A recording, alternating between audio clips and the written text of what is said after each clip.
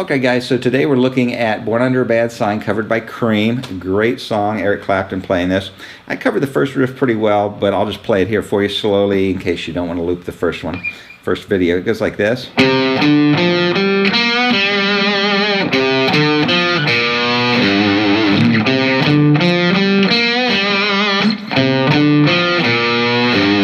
Make sure when you're doing those quarter bends on those notes that instead of using your fingers muscles to kind of curl your finger, you actually want to twist your hand. So you're going to hold the note with your finger and just bend your hand down. If you don't know how to do bends, we'll have a link below this video and it will show you how to do bends and go into a lot more detail on that. But you want to make sure and use your hand in really a twisting motion as opposed to the muscles in your finger and curling your fingers, because the larger muscle group of your forearm is much easier to bend with and it's more consistent, so we want to do it that way. All right, so beside this first riff here, we've got a cool riff that sounds like this. So after we end with the G, it goes.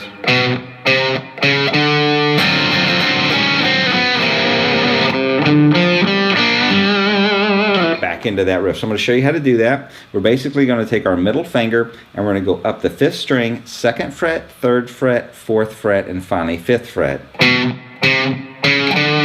Once I do that, I'm going to leave that middle finger down. I'm going to place my index finger on the 4th string, 4th fret, ring finger on the 3rd string, 5th fret, and little finger will be on the 6th fret of the 2nd string, and that's a D7 add sharp 9 chord. It's basically derived from Purple Haze, the Purple Haze chord, which is an E, but we're playing this at the 5th position, so it's D, and that's going to be the. So again, to place your fingers on that, the middle finger is on the 5th string, 5th fret, index finger, 4th string, 4th fret, ring finger, 5th fret of your 3rd string, and little finger, 6th fret of your 2nd string. And we're just going to hit that 4 times. Make sure you're looking at your tab sheet there. It's right in measure 10. All right, so again, to get to that, it goes. Now we're going to do a descending riff. We're going to take the shape on the 3rd through 5th strings. Kind of looks like a D7 chord, but we're in a different position here. It's going to be 5th fret on both the 3rd and the 5th strings, 4th fret on the 4th string. We're going to bring that up 1 fret, and we're going to go starting with the 6th, and we're just going to descend half steps, in other words, every fret. Really cool blues move. And then right back into our main riff.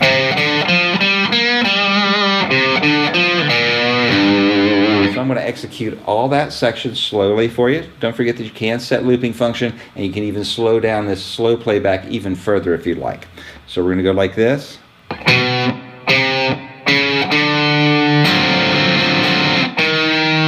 Just one more time. Then right back into the main riff.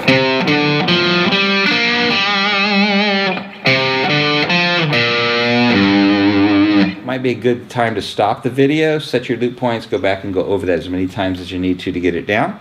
But we're going to move here to the next section of the video.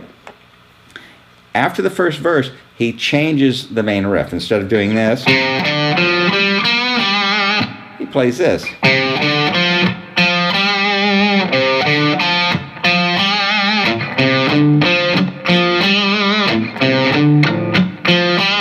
All I'm doing there is playing the 3rd fret and the 5th fret on the 5th string, and then 3rd fret on the 4th string twice, so it's, and ending up with the 5th fret on the 4th string. That eventually falls back into the.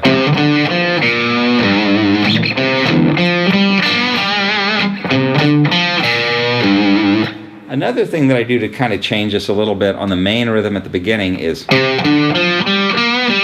instead of just playing the 3rd fret on the 3rd string by itself, I will include the 3rd fret on the 2nd string, getting the. Gives you a double stop there and it fattens it up. Sounds like this.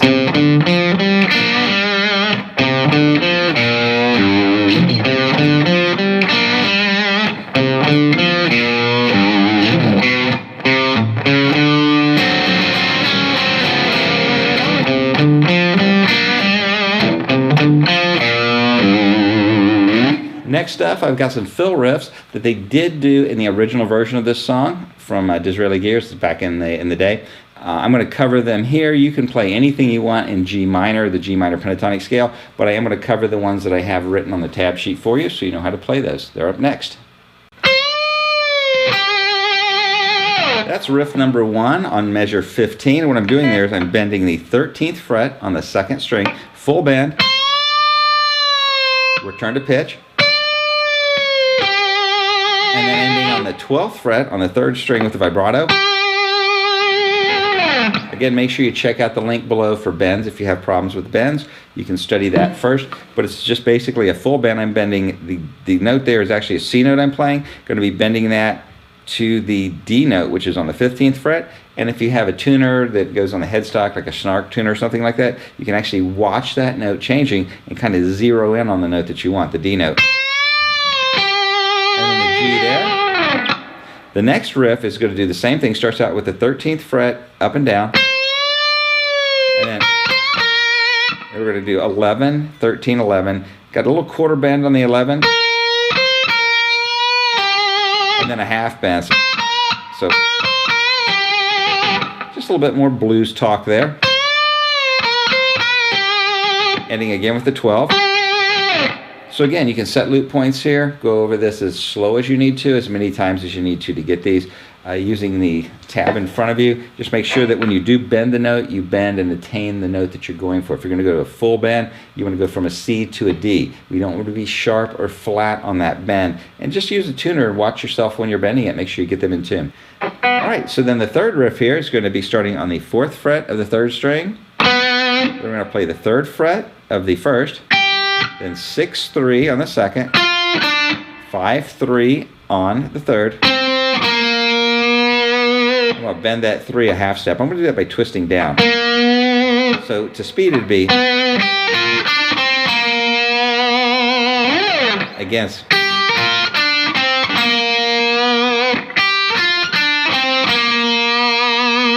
Don't forget that you can change the sounds of your guitar. Flip up to that neck pickup. See what it sounds like there. Turn the tone control down. Maybe not all the way.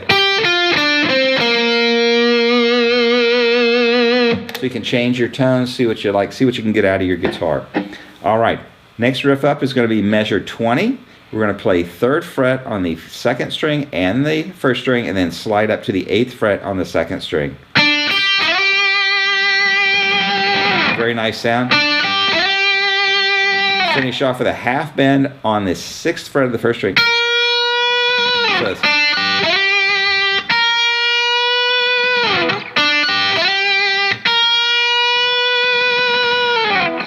all right, and our final riff starts on the 5th fret of the 3rd string. We're going to bend it a full step, 3-3 on the 2nd and 1st, and then pull off from 6 to 3 on the 2nd string.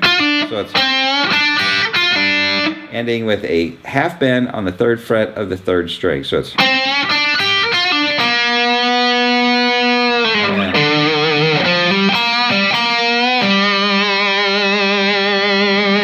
awesome blues riff. Slow, it's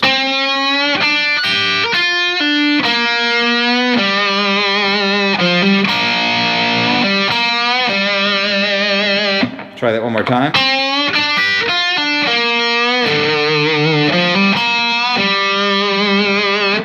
If you're very sharp-eyed, you'll notice the first time I played that I actually went to the G note on the 5th fret of the 4th string instead of the D note on the 5th fret of the 5th string. So, two different riffs, they would both work. The one that's written actually goes to the 5th fret of the 5th string. So I'll play that one again for you.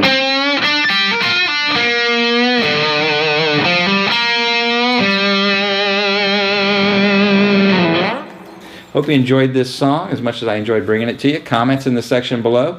I'm Trent, born under a bad sign. Hope you enjoyed it. Stay tuned to Guitar Number for more cool stuff.